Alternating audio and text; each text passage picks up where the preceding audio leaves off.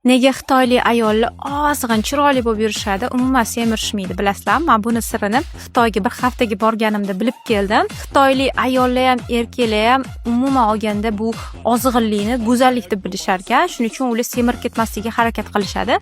Ratsionlarida ahamiyat bersangiz, eng ko'p iste'mol qilinadigan mahsulot bu guruch, dengiz mahsulotlari, tofu va ovqatlarni asosan dimlab yeyishar ekan.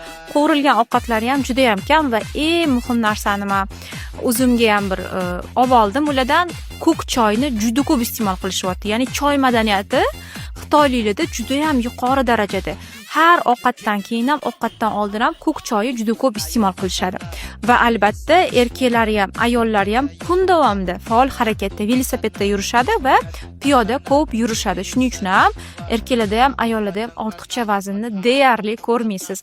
Men o'zimni eng yaxshi ko'rgan xitoylik trenerim bor.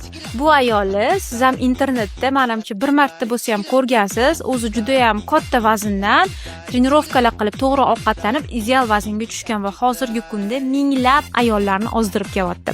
Mana shu ayolga qiziqqanim uchun ham Xitoyga borganimda shu ayol haqida ma'lumotlar izlashga harakat qildim va xitoyliklarning ozg'inligi meni hayratda qoldirdi. Ularning asosiy ratsionida bug'langan ovqatlar juda ham ko'p, ya'ni bug'da pishirishar ekan. Erkaklar uchun ham, ayollar uchun ham ularda go'zallik standarti deb ozg'inlikka qarashadi. Semizlarni yoqtirishmas ekan. Hamma o'shaning uchun idealni ozg'in bo'lib yuradi. Va xitoyliklarni meni eng lol qoldirgan narsasi, ayollar ham, erkaklar ham velosipedda juda ham ko'p yurishadi va piyoda ko'p yurishar ekan. Shuning uchun ham semizlarni uchratish juda ham kam yo'lda. Hammasi ideal ozg'in chiroyli qomatda, yuzlari, terilari tiniq, ajinlar kam, ugrilar kam. Xitoy madaniyati ovqatlanishga juda ham qattiq qarar ekan. Har bitta idishlari kichkina va o'sha kichkinagina idishga ovqat solishadi, to'yib ketmaguncha yeyishadi.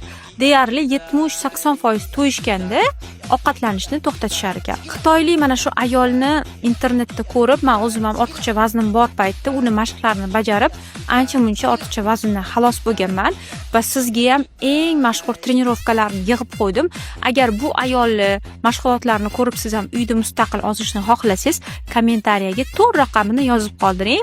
Men sizga bu mashg'ulotlarning hammasini jo'natib qo'yaman.